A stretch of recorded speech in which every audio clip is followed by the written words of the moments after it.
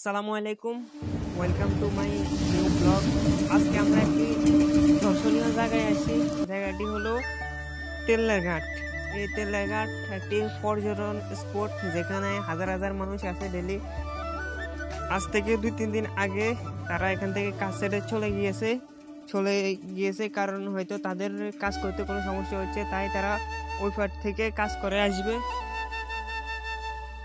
তো অনেকজন অনেক গুজব ছড়াচ্ছে, কেননা বলতেছে যে তারা নিচে গর্ত করতে পারে না। আবার মানে বাংলাদেশ তো বাংলাদেশে একটা গুজব ছড়ালেই ওই গুজব নিয়ে টানাটানি করতে করতে করতে করতে করতে ওই গুজবটাকে কোথায় নিয়ে যায় সেটা তারাও বলতে পারবে না।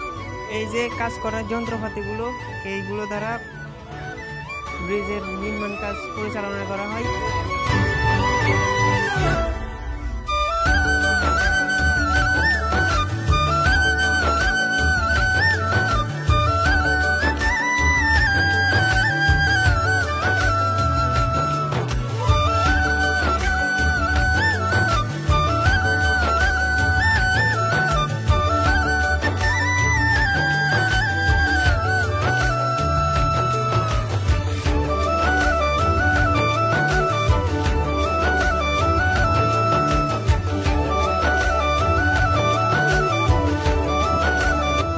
তো দেখতে দেখতে চলে এলাম আমরা আরেকটি পর্যটন স্থল। এখানে কয়েকদিন আগে প্রচুর পরিমাণে ভাঙতেছিল। এই দেখতে পাচ্ছেন রাস্তা ঠিক এ পর্যন্ত ভেঙেছে। এই পর্যন্ত ভাঙার পর এগুলো বালু দিয়ে আবার নতুন করে ভরাট করেছে। এই ভরাটটা যদি না দিত, ওই পাশের সব বাড়িঘর পানির সাথে বিলীন হয়ে যেত। আর এখানে একটা সুইচ আছে, যেটা সত্তরে সুইচ নামে পরিচিত। এটি নোয়াখালীতে সরাইতে অনেক পরিচিত। তো এখানে এই সুইচটি মেরামত করেছে, তাই এতক্ষণ পর্যন্ত এই জায়গাটি সুস্থ আছে। আল্লাহ জানে কবে শেষ ঘটে।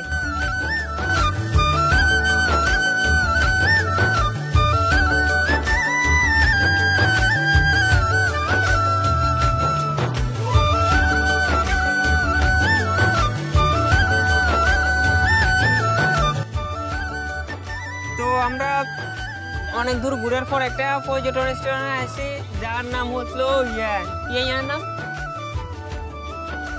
কদমতলা। সরাদারির উত্তর দিকে কদমতলা বাজারের পূর্ব দিকে নদীটা ভেঙে যাওয়ার পর এখানে পর্যটন স্পট হয়েছে।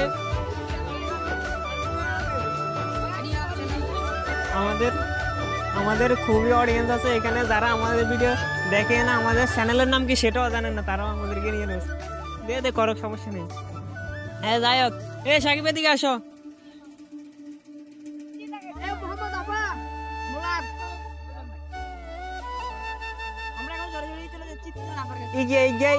কি কইতে পারবেন না, কইতাম নি। আচ্ছা ইয়ে করে দিন, সমস্যা নেই। মেয়েদি গাড়ি একান দিয়ে দিছি। যাই হোক, কিছু বলি। 2024 সালে বন্যাটি আসছিল, মুসাফির সুইচগেটটা ভাঙার পর এই রাস্তাটির অবস্থা। এখন যে জায়গায় রাস্তা আছে সে জায়গায় রাস্তা আগে ছিল না। আগে রাস্তা ছিল ঠিক এদিকে মানে অনেক জায়গা ছিল। তো 2024 সালের পরে ভাঙতে রাস্তাটা অনেক দূর ভেঙে গিয়েছে, কিন্তু এখানে বর্তমান চেয়ারম্যান এটাকে ঠিক করেছে। তো অনেক কিছু লেগেছে। সামনে যে মসজিদটি আছে, ওই মসজিদটিও প্রায় পড়ে যাওয়ার পথে। আর হয়তো ভালো মতো জোয়ার আসলে বা ঢেউ আসলে এখানে ভেঙে যাওয়ার সম্ভাবনা।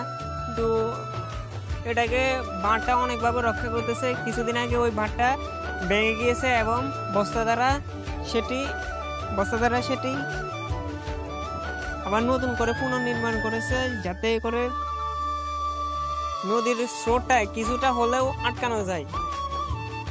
আর আমরা দুজন মেয়েকে নিয়ে আসছি, যেগুলোকে আমরা এখন দেখাবো। আসো ক্যামেরায়।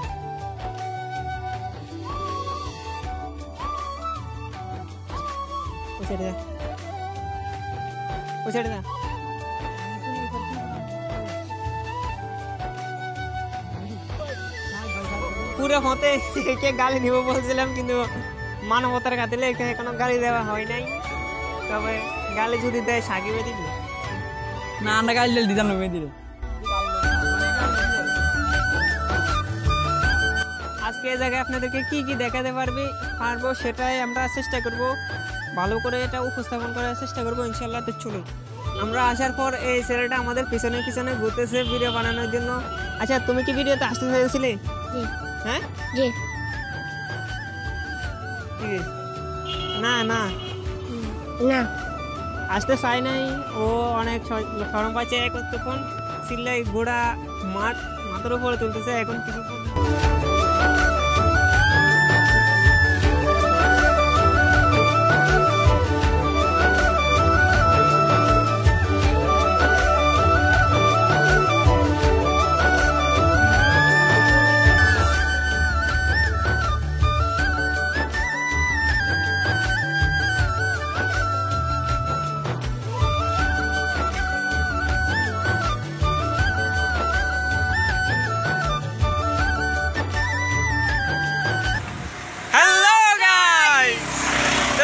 এই ভিডিওতে বানাতে অনেক কষ্ট হয়েছে, অনেক জনসমুদ্রের মাঝে ভিডিওতে বানানো হয়েছে, মানে অনেকজনে অনেক কথা বলেছে পাশে।